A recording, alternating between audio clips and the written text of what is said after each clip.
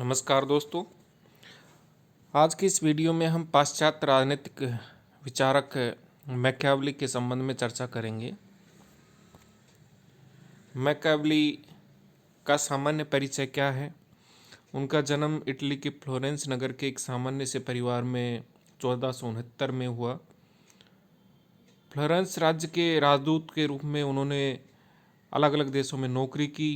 1527 में 58 वर्ष की आयु में उनका निधन हो गया। इनके संबंध में बहुत सारे विद्वानों ने अलग अलग टिप्पणियाँ की हैं और सभी टिप्पणियाँ बहुत ही महत्वपूर्ण हैं। जैसे कि मैक्सी ने मैकियावेली को सबसे पहला आधुनिक राजनीतिक चिंतक कहा या आधुनिक राजनीतिक विचारक कहा। गैटेल ने कहा कि मैकियावेली आधुनिक राजनीतिक दर्शन का जनक है। इसी तरह डनिंग ने कहा कि प्रिंस सबसे पहली महान रचना है जिसमें मध्ययुगीन चिंतन प्रणाली का परित्याग किया गया है। इसी तरह से सेहबाइन के अनुसार सेहबाइन क्या कहते हैं, संपूर्ण पुनरुत्थान मैकियावेली में आ गया है। और जोन्स कहते हैं कि मैकियावेली अपने समय का एक उत्कृष्टतम निचोड़ है, सारांश है। तो मैकियावेली के संबंध में बहुत सी महत्वपूर्ण टिप्पणियां हैं, इनको आप याद करें क्योंकि 2-2 नंबर के सवाल इनके ऊपर बन सकते हैं। शॉर्ट आंसर टाइप क्वेश्चन इसमें से पूछे जा सकते हैं।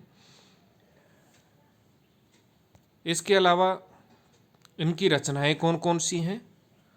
द प्रिंस है जो कि 1513 में लिखी गई थी, ये बहुत महत्वपूर्ण रचना है, आप इसको याद रखें। आर्ट ऑफ वार है, ये भी महत्वपूर्ण रचना है। हिस्ट्री ऑफ फ्लोरेंस है, डिस्कोर्सेज हैं, ये भी महत्वपूर्ण रचनाएं हैं। कोई ज़्यादा पुस्तकें नहीं लिखी मैकियावेली ने, लेकिन वो एक यथार्थवादी विद्वान थे, विचारक थे और आधुनिक युग का जनक उनको कहा जाता है क्योंकि उन्होंने जो मध्य युग में चर्च की सत्ता थी, उसका प्रभाव था, उससे राजनीतिक विज्ञान को निकाला, राज्य को निकाला और उसे यथार्थवादी स्वरूप प्रदान किया। अब इनके संबंध में ये टिप्पणियाँ तो आपने देख ली।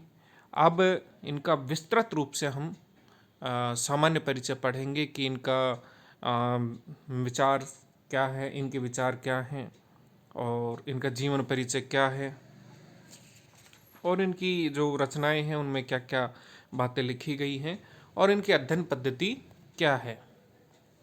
तो सबसे पहले चलिए हम इनके जीवन परिचय के बारे में आते हैं। इनका जन्म इटली के पुनर्जागरण आंदोलन के अग्रणी नगर फ्लोरेंस में हुआ, आपको बता दिया 1469 में हुआ था।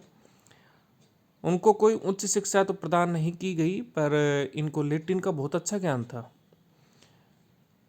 लैटिन भाषा का इनको बहुत अच्छा ज्ञान कराया गया। उनमें योग्यता, चतुराई और बुद्धिमत्ता इतनी अधिक थी कि फ्लोरेंस के गणराज्य में उसे गृह एवं विदेश कार्यालय में एक बाबू की नौकरी दे दी गई। 4 वर्ष में ही वह उन्नति करते हुए चांसरी के द्वितीय सचिव के उच्च पद तक पहुंच गए। 1512 में इस पद से वो हटा दिए गए।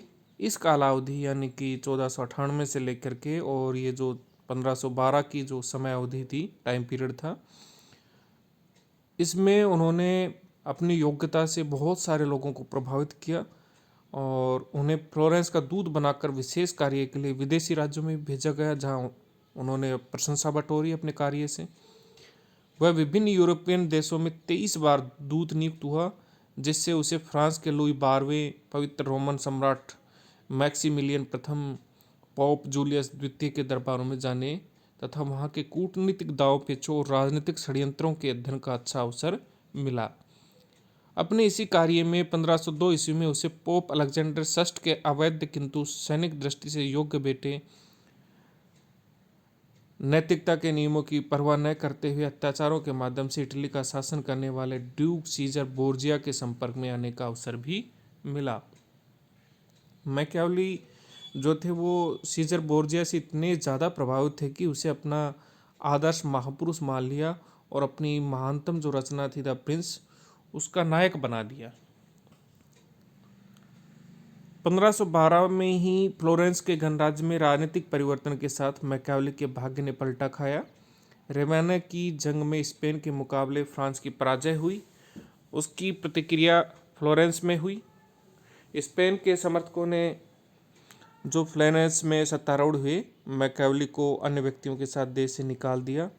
तब से उसके जो दिन बिगड़े वो फिर बिगड़ते ही चले गए और वो कभी सुधरे ही नहीं। मैकियावेली को मेदिची परिवार के शासन के विरुद्ध षड्यंत्र के संदेह में जेल में डाल दिया गया। मित्रों के प्रयत्नों से उसे जेल से छुटकारा तो मिल गया, किंतु इस शर्त पर कि वह सार्वजनिक जीवन में कोई भाग नहीं लेगा, कोई टीका टिप्पणी नहीं करेगा, शासन के विरुद्ध कोई टिप्पणियां नहीं करेगा। जीवन के जो बचे हुए 15 साल थे उन्होंने अपने सैन कैसियानो नामक गांव में समाज सेवा और लेखन कार्य करते हुए बिता दिए, क्योंकि सार्वजनिक जीवन जीने पर उनके ऊपर पाबंदी लगा दी गई थी। उसने फ्लोरेंस का इतिहास लिखने का कार्य भी नाम मात्र के वेतन पर प्रारंभ किया। उसकी समस्त कृतियाँ इस अवधि में लिखी गई हैं। इस समय इटली की दशा बड़ी अस्थिर और असंगठित थी। दोस्तों, मैंने पूर्व के वीडियोज़ में भी बार बार आपसे कही है कि किसी भी राजनीतिक विद्वान के बारे में हमें पढ़ना है तो उसकी उस समय की परिस्थितियों को आप ज़रूर ध्यान में रखें और उसका जो परिवेश है उसका आप ज़रूर ध्यान रखें, क्योंकि उसी परिवेश से किसी विद्वान के दिमाग में विचार पनपते हैं, विचार उपजते हैं, वातावरण में से ही विचार निकलते हैं। तो चूंकि उस समय इटली कैसा था, अस्थिर था और असंगठित था, तो इन सब चीज़ों से परेशान होकर के, दुखी होकर के मैकियावेली थे वो चाहते थे कि एक सुदृढ़ राज्य का निर्माण किया जाए, संगठित राज्य का निर्माण किया जाए। और इसीलिए वो शासक को भी ये सलाह देते हैं कि उसे शेर जैसी ताकत रखनी चाहिए, साहस रखना चाहिए और लोमड़ी जैसी चालाकी रखनी चाहिए, ताकि वह अपने राज्य को मजबूत बना सके, ताकतवर बना सके, संगठित बना सके। तो इसलिए हमें किसी भी विचारक को पढ़ने से पहले उसकी पृष्ठभूमि को जानना बहुत आवश्यक है।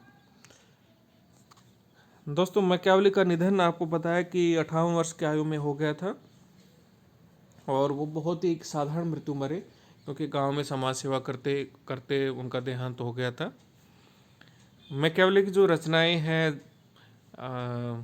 प्रिंस है वो 1513 की है और आर्ट ऑफ वार है, डिस्कोर्सेज है, ये उनकी प्रमुख कृतियां हैं, आपको पूर्व में बता दिया। और मैकियावेली न केवल एक अनुभवी कूटनीतिज्ञ एवं प्रशासक था, अपितु इतिहास और राजनीति का एक महान लेखक भी था। यद्यपि नगर राज्यों की अस्थिर राजनीति ने उसके कूटनीतिक भविष्य को अस्त व्यस्त कर दिया था, तो भी उसकी लेखनी ने उसे महानतम राजनयिक लेखकों की श्रेणी में प्रतिस्थापित कर दिया। उसके अधिकांश रचनाएं, जैसे कि मेन तो हैं प्रिंस और डिस्कोर्सेज, ये दोनों ही उनके जीवन काल में प्रकाशित नहीं हुई थी। प्रिंस उनकी महानतम कृति है। प्रिंस लोरेंजो को संबोधित किया गया है, जो कि अरबीनो का ड्यूक था। वैसे तो यह ग्रंथ 1513 ईस्वी में लिखा गया था, किंतु इसका जो प्रकाशन है वो उनके निधन के 5 साल बाद, यानी कि 1532 में हुआ। इस ग्रंथ में जो उन्होंने विचार दिए, उनका प्रेरणा स्रोत सीजर बोर्जिया के संपर्क को माना जाता है। बोर्जिया ने अपने कौशल, निरंकुशता और कूटनीतिक चालबाजियों के द्वारा बहुत सफलता प्राप्त की थी। इससे वह मैकियावेली के लिए आदर्श शासक बन गया, जिसकी प्रशंसा करने में मैकियावेली कभी न थकते थे। और प्रिंस में बोर्जिया को उन्होंने अपना चरित्र नायक बना लिया था। इस ग्रंथ में मध्यकालीन विचार प्रक्रिया के ढंग को त्याग कर विचार और चिंतन की नई शैली को अपनाया गया। यह ग्रंथ कुल 26 अध्यायों में विभक्त है, जिन्हें 3 भागों में बांटा गया है।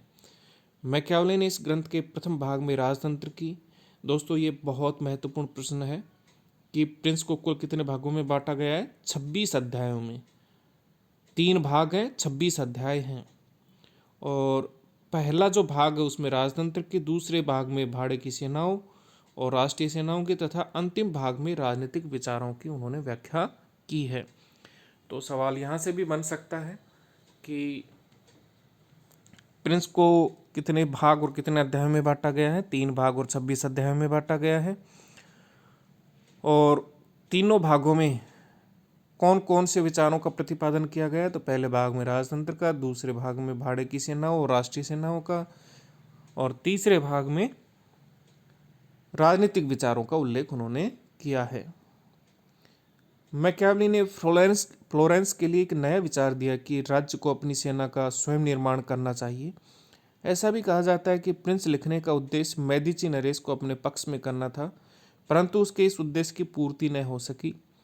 फिर भी यह ग्रंथ मैकियावेली की संपूर्ण प्रतिभा का सारांश है, निष्कर्ष है, निचोड़ है। और पीटर सेग्वेर तो यहाँ तक कहते हैं कि वह प्लेटो और होब्स तो नहीं था, किंतु उसकी प्रसिद्धि का मुख्य आधार उसकी छोटी सी कृति प्रिंस है। अपने निष्कासन के काल में मैकियावेली ने प्राचीन रोमन ग्रंथों का अनुशीलन करते हुए सुप्रसिद्ध इतिहासविद लीवी द्वारा लिखी गई रोमन इतिहास की पुस्तक पर इतिहास के 10 पुस्तकों पर व्याख्याएं लिखना शुरू कर दिया, discourses on the first 10 books on Livy. इसमें उनका उद्देश्य था कि जिस प्रकार उन दिनों प्राचीन साहित्य, कानून और चिकित्सा शास्त्र का पुनरुद्धार हो रहा था, वैसे ही प्राचीन काल के शासन और राजनीति के सिद्धांतों का अध्ययन और वर्तमान राजनीति में उसका उपयोग होना चाहिए। उसने अपने अनुभव और विचारों को पुष्ट करने वाले प्रमाणों को प्राचीन साहित्य से ढूंढकर अपना लेखन कार्य प्रारंभ किया। पीटर सेविगेयर के अनुसार डिस्कोर्सेज ऑन लिवी रोमन गणराज्य की संस्थाओं के उद्भव और विकास पर एक टीका है। पीटर सेग्वेयर ने मैकियावेली की दोनों प्रधान रचनाओं की तुलना करते हुए लिखा है, प्रिंस तथा डिस्कोर्सेज की विषय वस्तु शासक और शासित के आपसी संबंधों से जुड़ी हुई है। पहली रचना मुख्य रूप से शासक के आवश्यक गुणों पर प्रकाश डालती है, जबकि दूसरी रचना में मैकियावेली गणतंत्रीय शासन विधानों के विकास तथा सार्वजनिक स्वतंत्रता के रक्षण हेतु आवश्यक उपायों पर प्रकाश डालते हैं। कुक कहते हैं कि प्रिंस कठिन समय के लिए एक कार्यक्रम था और डिस्कोर्सेज शांतिकालीन सरकार का चित्रण करता है। अब मैकियावेली की अध्ययन पद्धति के बारे में बात करें तो वो कैसी है। मैकियावेली से पूर्व मध्ययुगीन विचारकों ने जो अध्ययन पद्धति अपनाई वह धर्म से प्रभावित थी, क्योंकि उस समय धर्म का बोलबाला था, चर्च का बोलबाला था। इसी कारण वे धार्मिक अंधविश्वासों और रूढ़ियों से मुक्त नहीं हो पाए। मैकियावेली ने ऐसी पद्धति को स्वीकार नहीं किया। उसको पोप एवं सम्राट के संबंधों की समस्या से कोई लगाव नहीं था और इसी कारण उसकी रचनाओं में मध्ययुगीन पादरियों और दार्शनिकों का, 2 तलवारों के सिद्धांत का और इसी भांति अन्य विषय सामग्री का कोई उल्लेख नहीं मिलता है। उसने अमूर्त सिद्धांत पर आधारित मध्यकाल की निगमनात्मक पद्धति का अंत कर दिया और अपनी गवेषणा के लिए अनुभूति प्रधान अथवा ऐतिहासिक पद्धति को अपनाया। तो उनकी जो अध्ययन पद्धति है वो अनुभवमूलक है और साथ ही हिस्टोरिकल है, ऐतिहासिक है। मैकियावेली ने वैज्ञानिक तटस्थता की पद्धति अपनाते हुए समकालीन परिस्थितियों तथा अपने युग की समस्याओं को समझा और फिर अपने निष्कर्षों का प्रतिपादन किया। इस तरह उसने अपनी राजनीतिक पद्धति में अनुभववाद और इतिहासवाद का समन्वय किया। उसकी यह पद्धति अरस्तु, मोंटेस्क्यू और हीगल आदि के समान है। सेबाइन के अनुसार अरस्तु के बाद राजनीतिक गवेषणा के क्षेत्र में अनुभवमूलक पद्धति अपनाने वाला ये पहला विचारक था।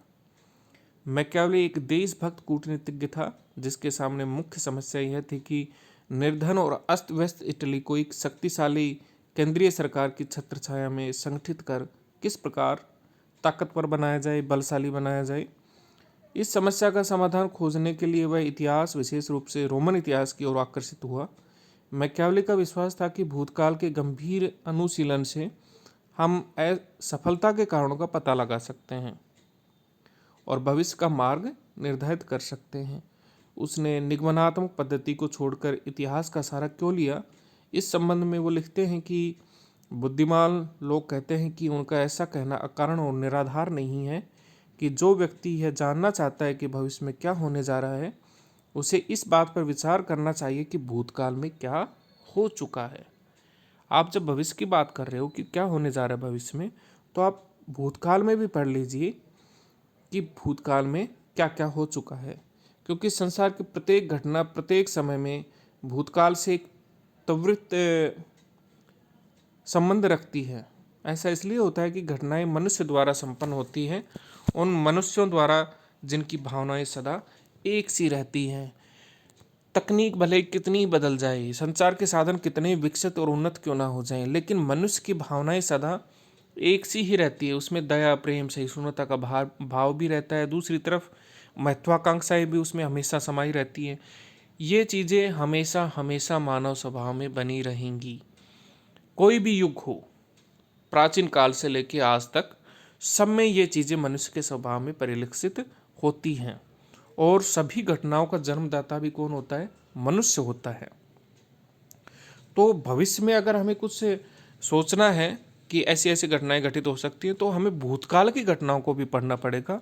वो भी मनुष्य द्वारा संपादित की गई और किसी न किसी तरीके से वो भविष्य को भी प्रभावित कर सकती हैं। तो सारांश के तौर पर हम देख सकते हैं कि मैकियावेली की अध्ययन पद्धति ऐतिहासिक, परिवेक्षणात्मक, यथार्थवादी और वैज्ञानिक विशेषताओं से युक्त थी। लेकिन आलोचकों का कहना है कि उसने इतिहास का उपयोग अपने पूर्व कल्पित निष्कर्षों की पुष्टि में किया है। डनिंग के शब्दों में, मैकियावेली की पद्धति ऊपर से जितनी ऐतिहासिक लगती है, यथार्थ में उतनी ऐतिहासिक नहीं है। और ये आलोचना तो है, लेकिन हमें ये भी मानना पड़ेगा कि राजनीतिक समस्याओं के प्रति मैकियावेली का जो दृष्टिकोण था वह अनुभव प्रधान था और उसकी भावना ऐतिहासिक थी, हिस्टोरिकल थी। रोम के इतिहास का तो उसे अच्छा ज्ञान था। राजनीति का शुद्ध रूप रखने में उसने पुनर्जागरण की उन्मुक्त, आज़ाद, प्राकृतिक बुद्धि के सहारे यह प्रयत्न किया कि राजनीति धार्मिक उपदेशों या दृष्टांतों का एक प्रकरण मात्र बनकर न रह जाए। तो ये मैकियावेली का सामान्य सा परिचय था, जिसमें हमने उनके जीवन परिचय को पढ़ा, उनकी महत्वपूर्ण रचनाओं को पढ़ा, उनकी अध्ययन पद्धति को पढ़ा। आगे के वीडियो में हम मैकियावेली के संबंध में अन्य विचारों का अध्ययन करेंगे। धन्यवाद।